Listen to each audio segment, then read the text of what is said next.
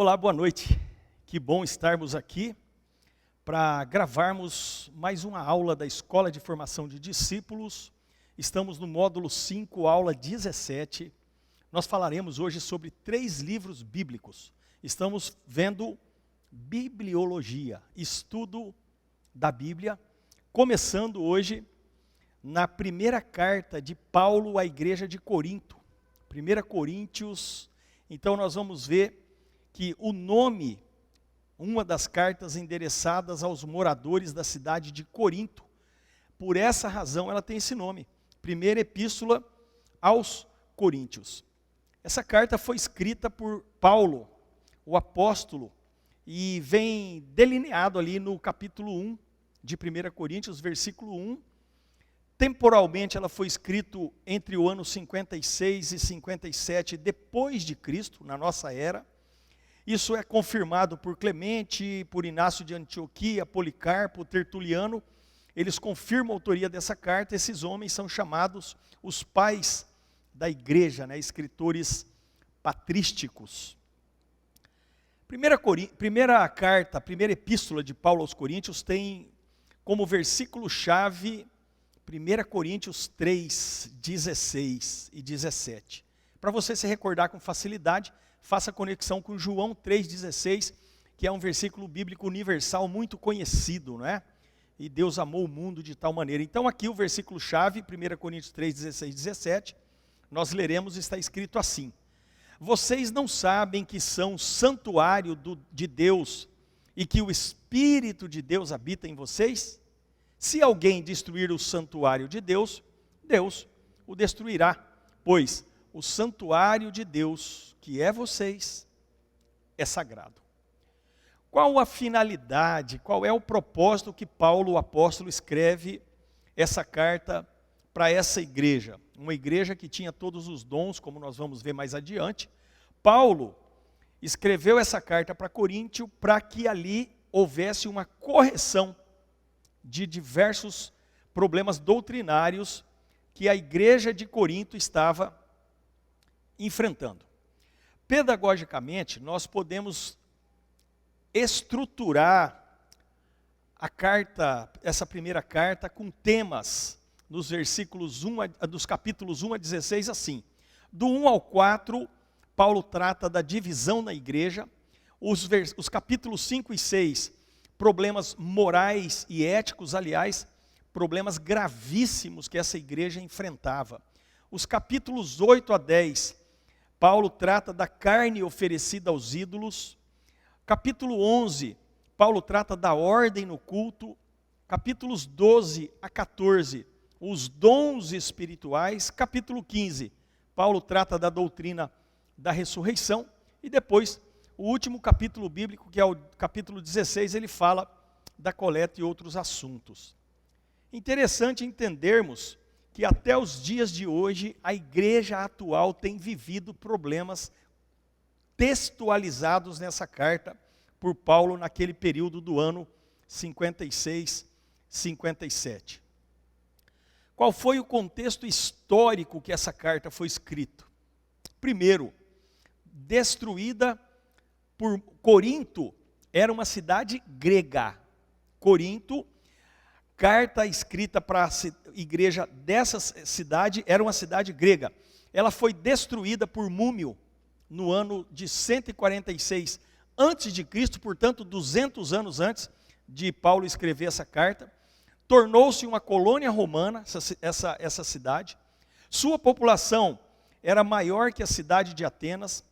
Corinto era um importante centro cultural e comercial, porque era uma cidade com fluxo muito intenso de pessoas. Por ser uma cidade portuária, o fluxo de gente, o fluxo de pessoas que advinham de todas as partes era imenso.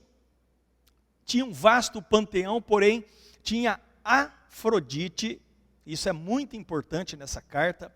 Há um relato do contexto histórico dessa carta ser escrita no momento em que historicamente havia ali uma deusa da sexualidade como a principal divindade daquele lugar. Essa deusa era chamada de Afrodite, ela tinha um templo naquele lugar. Aquele templo tinha aproximadamente 1000 prostitutas rituais, então era um templo de prostituição, mas havia ali uma divindade adorada. Os jogos realizados em Corinto aumentavam consideravelmente o fluxo de pessoas, então as pessoas iam lá, não só por causa do comércio, mas também por causa da adoração a essa deusa, da prostituição, dos jogos. Corinto, como diz John MacArthur, é um escritor relevante de estudos bíblicos, um teólogo da maior grandeza. Ele escreveu a seguinte frase: Corinto tornou-se tão corrupta moralmente que o seu nome virou sinônimo de depravação. Então tem um termo que significa corintianizar, representava imoralidade flagrante e libertinagem acompanhada de embriaguez. Então John MacArthur, ele nos dá uma ideia de que essa região, essa carta foi escrita no momento em que havia uma completa frouxidão moral das pessoas que residiam naquele lugar. Por essa razão, Paulo escreve a carta com essa formação pedagógica, tratando dessas estruturas, em especial, ali nós vimos nos capítulos 5 e seguintes, da estrutura da imoralidade. O contexto interno da carta. Na sua segunda viagem missionária, Paulo fez 3 viagens missionárias e uma viagem a Roma. Então, nessa segunda viagem missionária, está relatado ali em Atos capítulo 18, Paulo, ele implanta essa igreja. Ele estava em Éfeso quando escreveu a carta para Corinto. Chloe relata algumas dificuldades que tinham acontecido na igreja para Paulo.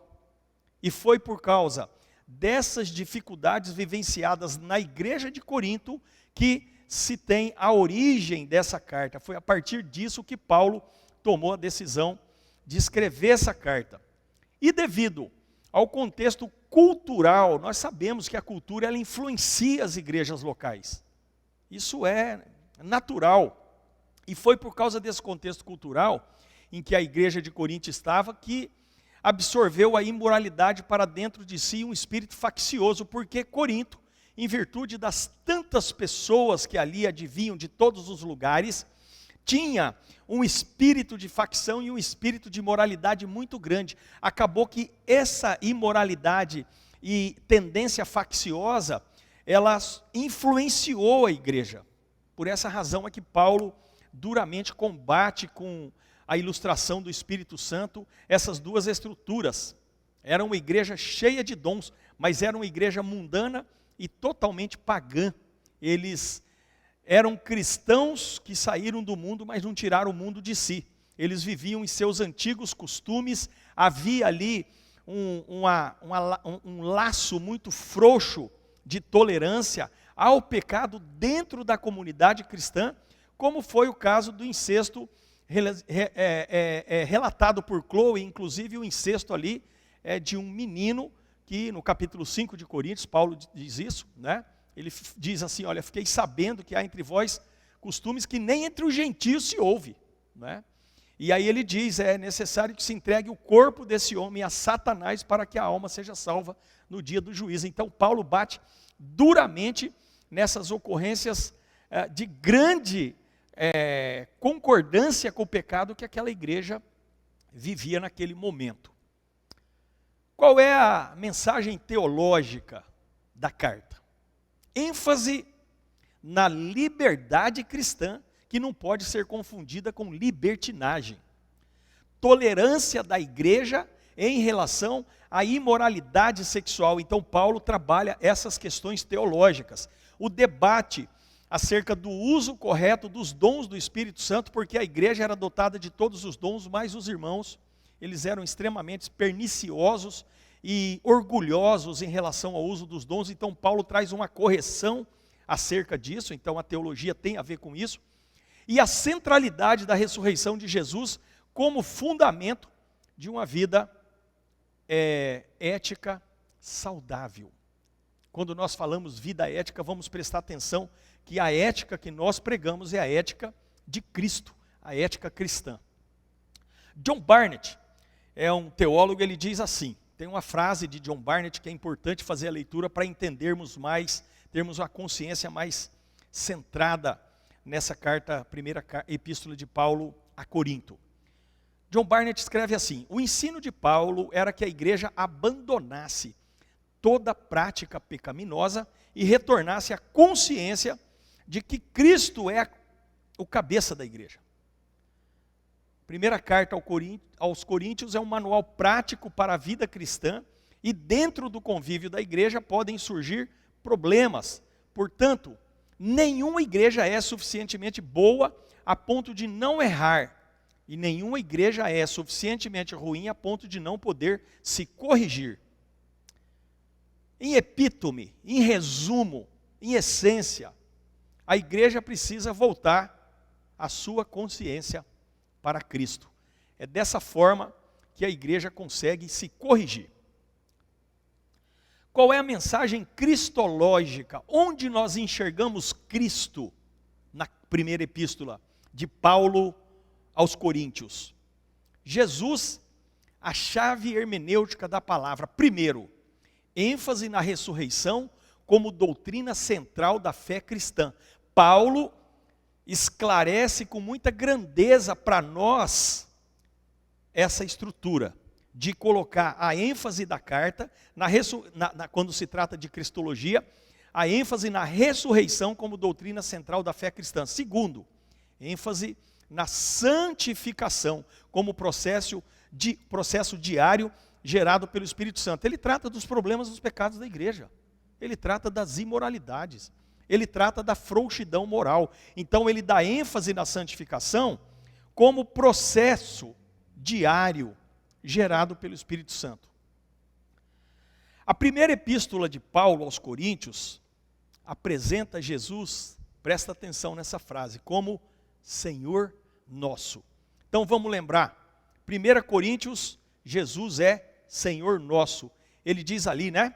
Isso vem fundamentado em Coríntios 15, 57, nessa primeira carta. Graças a Deus, Paulo escreve, que nos dá a vitória por intermédio de nosso Senhor Jesus Cristo. Então nós estamos falando que essa carta trata Jesus como Senhor nosso. Em resumo, as estruturas importantes nesse resumo da primeira epístola de Paulo à igreja de Corinto. Vamos agora para a segunda epístola, 2 Coríntios, né? O nome é uma das cartas endereçada também aos moradores da cidade de Corinto. Então continua aqui, faz-se uma divisão pedagógica entre primeira carta e segunda carta para ficar mais fácil de nós abstrairmos qual é o contexto histórico, cristológico, teológico, qual é a pedagogia teológica da carta.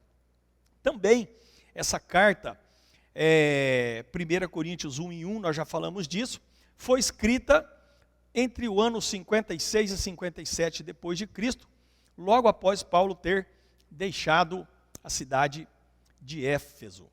Qual é o versículo-chave da primeira epístola de Coríntios? É 1 Coríntios 3, 16 e 17.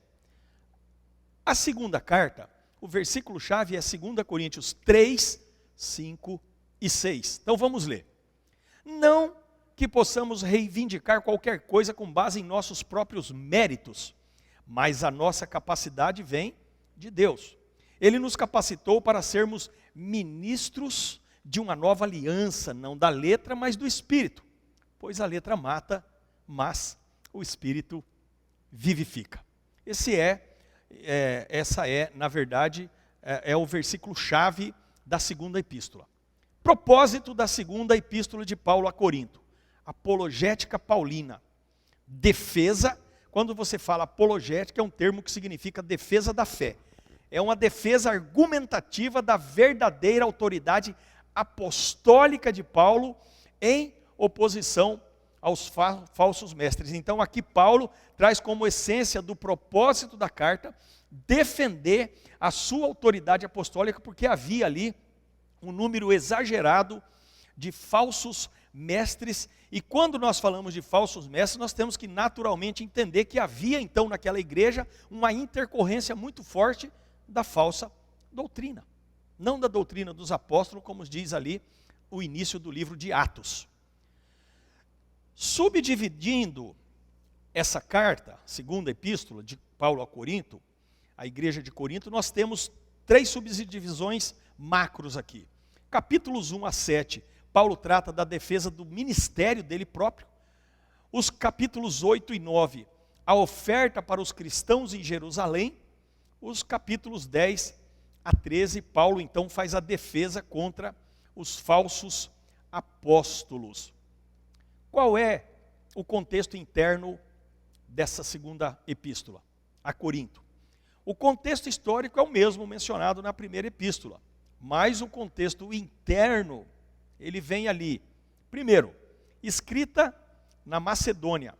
Segundo, foi para Corinto e lá foi confrontado, por isso ele escreve a segunda carta. Paulo, ao escrever cartas para as igrejas, ele entendia que ele estava fazendo uma correção, ele estava fazendo uma regulamentação do evangelho para localidades. Mas ele compreendeu que aquela primeira carta deveria ser complementada. Então, quando ele foi confrontado, ele escreve essa segunda carta. Enviou Tito a Corinto para analisar o impacto na igreja em relação à sua primeira carta, não é? A primeira epístola gerou benefícios naquele lugar, mas Tito foi ali como os olhos de Paulo, um longamano de Paulo, uma extensão de Paulo, para falar, olha, vai ali Tito, vê o que está acontecendo com a igreja em relação à primeira carta. E Paulo então, dessa maneira, compreende a necessidade de uma segunda carta para sedimentar melhor a estrutura do evangelho naquele lugar. E também, alguns se levantaram contra Paulo a ponto de de questionar o seu apostolado, razão pela qual nos capítulos 10 a 13 Paulo vem e faz a defesa contra os falsos apóstolos, e nos capítulos 1 a 7 ele defende o seu ministério. Então é muito forte essa estrutura de combater falsos mestres, falsos apóstolos e falsa doutrina naquele lugar. Os inimigos de Paulo na igreja de Corinto. Primeiro, falsos apóstolos que queriam desacreditar a autoridade apostólica dele para substituí-lo na liderança. Segundo, ele foi, por um desses falsos apóstolos, insultados em público. Paulo teve ali naquela igreja alguns irmãos desleais para com seu ministério. Então, a segunda carta gerou arrependimento em vários irmãos que se levantaram contra Paulo. O conflito gerado pela primeira carta de Paulo gera a necessidade de defesa da sua autoridade apostólica, que vem ali descrito nos capítulos 1 a 7. Presta atenção. A primeira carta, Paulo trata duramente do pecado, da frouxidão moral, da concordância com o erro, do mundanismo que tinha ocupado a igreja. Imagina Paulo combatendo tudo isso. Ora, naturalmente, considerando o contexto histórico e cultural daquele lugar, houve um confronto. Levantou ali naquela igreja não só uma liderança contra a fala de Paulo, como também alguns irmãos se contaminaram com essa estrutura. Por isso que Paulo, ele teve que usar muitos capítulos da segunda carta para combater não só os falsos mestres, mas também defender a sua autoridade apostólica. E isso gerou arrependimento em alguns irmãos ali, em muitos irmãos na verdade. Apologética paulina, defesa do ministério apostólico de Paulo, autoridade apostólica. Então nós temos alguns temas nessa segunda epístola que trata dessa estrutura da defesa da autoridade apostólica de Paulo. 2 Coríntios 2,17, Paulo diz que não se mercadeja, não se vende, não se negocia a palavra de Deus. Capítulo 3, verso 5, 2 Coríntios, a sua suficiência vinha de Deus. Capítulo 4, verso 1, Paulo estabelece que seu ministério era segundo a misericórdia de Deus. Ele compreendia a autoridade e a dependência total de Deus. Capítulo 4, versículos 8 a 10, Paulo relata prontamente que ele sofria por Jesus. Capítulo 6, versículo 4, o seu serviço o tornava recomendável, ou seja, o selo do ministério apostólico de Paulo era o seu serviço. o selo do ministério apostólico que recomendava Paulo como um líder, segundo a doutrina dos apóstolos, era o seu serviço. E o capítulo 8, versículo 21, diz ali que Paulo era honesto para com Deus e para com o próximo. Capítulo 10, versículo 2, não procedia como mundano. Paulo afirma nesse versículo do capítulo 10, verso 2 de 2 Coríntios, que o seu comportamento não era um comportamento mundano. Ele não se ajustava a um comportamento de pecado. Capítulo 10, verso 12, não havia vaidade em seu coração. Capítulo 11, verso 5, o seu coração era vocacionado ao ministério. Capítulo 11, verso 6 ao 15, não tinha parte com os impostores de Corinto. E por último, capítulo 11, versículos 22 a 17, Paulo dizia que ele trazia no corpo as marcas do seu ministério. Paulo era um homem que pagou um preço pelo nome de Jesus. Foi preso, apanhou, foi enxotado, foi humilhado publicamente, foi confrontado, foi diminuído, mas ele compreendia que, diante de todas essas coisas, por ter um coração vocacionado à ministração da palavra, Paulo não retrocedia o seu comportamento para utilizar questões culturais ou vinculadas a qualquer estrutura de pecado para prosseguir no ministério. Então essas são as referências e os temas que Paulo usa como apologética na defesa do seu apostolado. Qual é a mensagem teológica da segunda epístola de Paulo aos Coríntios? Primeiro, Paulo trata ali do ministério da reconciliação, vem no capítulo 5. Segundo, Cristo pagou o preço por nossos pecados, morte substitutiva, por isso que a nossa salvação não é meritória, ela é por graça, maravilhosa graça, ela é por fé. A adoção como filhos de Deus, e apesar de todas as situações difíceis que a igreja de Corinto passou, Paulo almeja a unidade do corpo de Cristo. Ele não abre mão disso. Ele estabelece essa estrutura. Nós já falamos aqui do teólogo John Barnett, vamos falar de novo de uma frase que ele utiliza para trazer uma concisão da teologia dessa segunda epístola de Paulo aos Coríntios. Os nativos de Corinto, diz John Barnett, foram os primeiros a causar grandes problemas ao apóstolo Paulo, provavelmente pela forte influência do paganismo, da imoralidade, filosofias gregas. Depois apareceram os judeus mais religiosos. Fato é que Paulo tinha grandes inimigos dentro da igreja, nativos ou judeus, ambos em conjunto geraram para Paulo grandes dificuldades. Será que a igreja de hoje tem alguma parecência com a igreja de 2000 anos atrás? Com a igreja de Corinto? Há de se pensar nisso. Qual é a mensagem cristológica? Onde nós enxergamos Jesus Cristo na segunda epístola de Paulo aos Coríntios? O pastor Rogério, que é o líder aqui da Escola de Formação de Discípulos, o pastor César, eles estão desenvolvendo esse material e houve por bem o entendimento deles. Quando nós falamos de bibliologia, e isso é correto na pedagogia cristã, nós não podemos de maneira nenhuma estudar um livro bíblico sem que nós compreendamos a mensagem cristológica de qualquer livro bíblico. Então, qual é a mensagem cristológica aqui da segunda epístola de Paulo aos Coríntios? Jesus Cristo, a chave hermenêutica da palavra. Capítulo 1, verso 5, Jesus Consolador. Capítulo 2, verso 14, Jesus triunfante. Capítulo 4, verso 5, Jesus Senhor. Capítulo 4, verso 6, Jesus a luz. Capítulo 5, verso 10, o Jesus juiz. Capítulo 5, 19, Jesus reconciliador, do ministério da reconciliação. Capítulo 5, verso 21, o Jesus que nos substituiu na morte. O Jesus substitutivo. Capítulo 9, verso 15, o Jesus que entrega à igreja os dons, doador de dons. Capítulo 10, verso 7, dono de nós. E capítulo 12, verso 9, o Jesus poderoso. Essa segunda carta apresenta Jesus como único e suficiente Salvador. Único e suficiente Salvador. Único, exclusivo. Por isso que João 14, no verso 6, Jesus diz: eu sou o caminho e a verdade e a vida. Ninguém vem ao Pai senão por mim.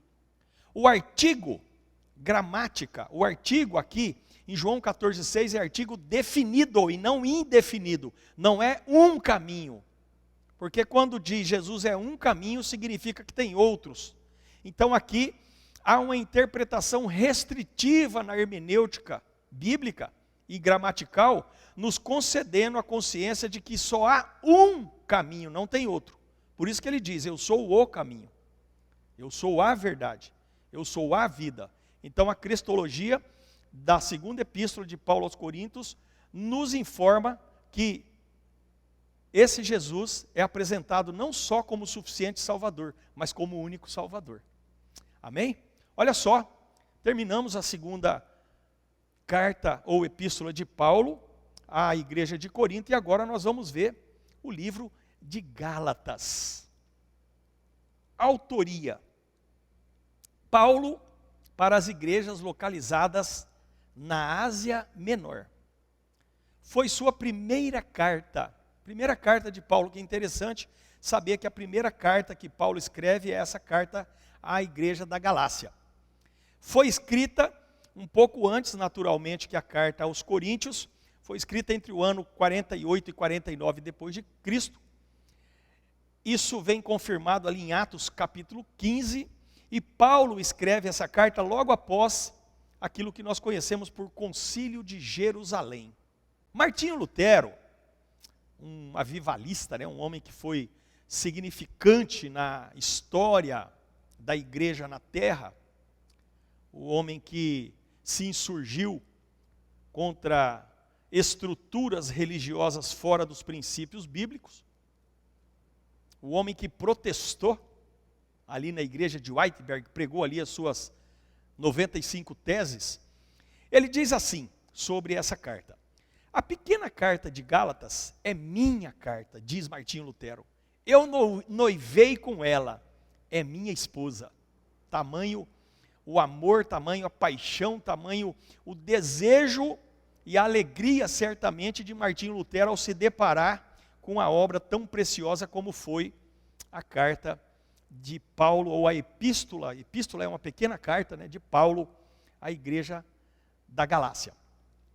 Capítulo 1 e 2, o esboço nos diz que Paulo trata de um tema que é a sua autoridade apostólica. Veja como é importante Paulo sempre estar reafirmando essa autoridade que ele recebe de Deus. Capítulos 3 e 4, justificação pela fé. E os capítulos 5 e 6, de novo, como Paulo tratou lá na primeira carta aos Coríntios, Paulo está tratando aqui sobre a necessidade de santificação. Qual é o versículo-chave da carta de Paulo aos Gálatas? Gálatas 5:1. Foi para a liberdade que Cristo nos libertou. Portanto, permaneçam firmes e não se deixem submeter novamente a um jugo de escravidão. Qual é o propósito de Paulo com a carta aos Gálatas? Primeiro, eles estavam abandonando o evangelho, como se vê no capítulo 1, versículos 6 ao 10.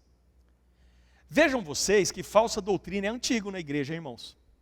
Nós estamos falando de uma carta escrita no ano 48, certamente antes desse tempo a igreja já estava abandonando a fé cristã, abandonando o evangelho. Segundo propósito, indivíduos que queriam judaizar os cristãos. Paulo prega contra as práticas judaizantes. Terceiro, estavam refutando o legalismo dos judaizantes. Vamos utilizar de novo uma frase, o conhecimento do nosso irmão John MacArthur. Ele diz assim: Paulo escreveu essa carta para contrapor aos falsos mestres judaizantes que estavam abalando a doutrina central do Novo Testamento, da justificação pela fé. Eles espalhavam o perigoso ensino de que os gentios deveriam, primeiro, tornar-se prosélitos judeus, ou seja, eles deviam cortar ali o prepúcio, eles deviam ser judeus por adoção, é chamado de prosélitos judeus, e submeter-se a todas as leis de Moisés, antes de poderem se tornar cristãos. Imagina, o que eles estavam dizendo ali? Eles estavam dizendo o seguinte, ó, você não pode ser gentio e passar a ser cristão. Primeiro, você tem que ter um estágio chamado judaísmo. Você vem lá do mundanismo ou das suas práticas pagãs para o judaísmo, depois você se torna cristão. E Paulo combateu isso. Paulo estava chocado com a receptividade dos Gálatas a essa heresia demoníaca judaizante, em detrimento da doutrina da justificação pela fé. Deixa eu dizer para você uma coisa, hoje, infelizmente, eu tenho visto muitas igrejas voltando a práticas judaizantes. É o talit, é o quipá, é o shofar, são as festas. Temos que tomar cuidado. Nós não podemos levar o ímpio, o incrédulo, a ser um judeu. Ele tem que ser levado a ser cristão, seguidor de Cristo, discípulo de Cristo, filho de Deus e não de Moisés. Qual o contexto histórico da carta à igreja dos Gálatas? Os destinatários foram as igrejas que Paulo e Barnabé plantaram em Icônio, Listra e Derbe. Essas igrejas, elas ficavam no interior da Ásia Menor. Qual é a mensagem teológica da epístola de Paulo à igreja da Galácia? As doutrinas reveladas na carta aos Gálatas. Doutrina da justificação pela fé e a lei e a graça. A função da lei, a base dela são obras. Da graça, a base dela é a fé.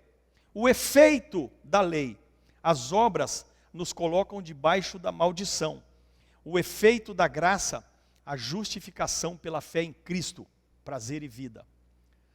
A função da lei, centralidade na obediência. A função da graça, centralidade em Cristo. O efeito da lei, guarda-nos para a fé. O efeito da graça, Cristo vive em nós. A função da lei, orientação.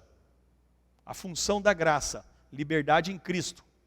O efeito da lei, aponta para Cristo. O efeito da graça, adoção. Filhos e filhas de Deus. Então, essas são as doutrinas reveladas na carta aos Gálatas. A doutrina da justificação pela fé e a doutrina da lei e da graça. As doutrinas reveladas aqui em Gálatas, né? Dispensação da graça no Velho e no Novo Testamento. Velho Testamento, obras, lei, obediência como regra, lei justifica na obediência. Novo Testamento, graça, obras como fruto da fé.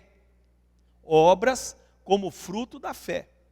Evangelho, obediência à lei como consequência e a lei condena o incrédulo. Nós temos que entender que a finalidade de Paulo é fazer uma divisão desse entendimento da questão da lei e da questão da graça. Somos livres porque fomos justificados pela fé, que é dom de Deus, e essa liberdade gerada pela fé nos leva a uma vida de santidade. Precisamos entender que não é por mérito. Precisamos entender que é por fé. Precisamos entender que a lei aponta para Cristo, mas a graça nos dá a liberdade de uma vida que nos permite, por meio da orientação do Espírito Santo, por meio dele em nós, vivermos realmente uma vida de santidade, uma vida de liberdade. Qual é, na carta de Paulo aos Gálatas, a mensagem cristológica? Como nós enxergamos Jesus Cristo nessa carta? Jesus Cristo, a chave hermenêutica da palavra. O Cristo que traz liberdade para os que creem, nos livra do jugo da lei e do legalismo judaico. Ou aquilo que Paulo combateu violentamente, que são as práticas judaizantes. A carta de Paulo aos Gálatas apresenta Jesus como nosso libertador. E isso vem, ou advém, lá do Evangelho de João, capítulo 8, versículo 36, que diz: se, pois, o Filho vos libertar, verdadeiramente sereis livres. Então essas são as estruturas desses 3 livros bíblicos que nós estamos vendo no 5º módulo, aula 17 da Bibliologia, primeira epístola e segunda epístola de Paulo aos Coríntios e epístola de Paulo aos Gálatas. Até a próxima aula, se Deus quiser. Beijão.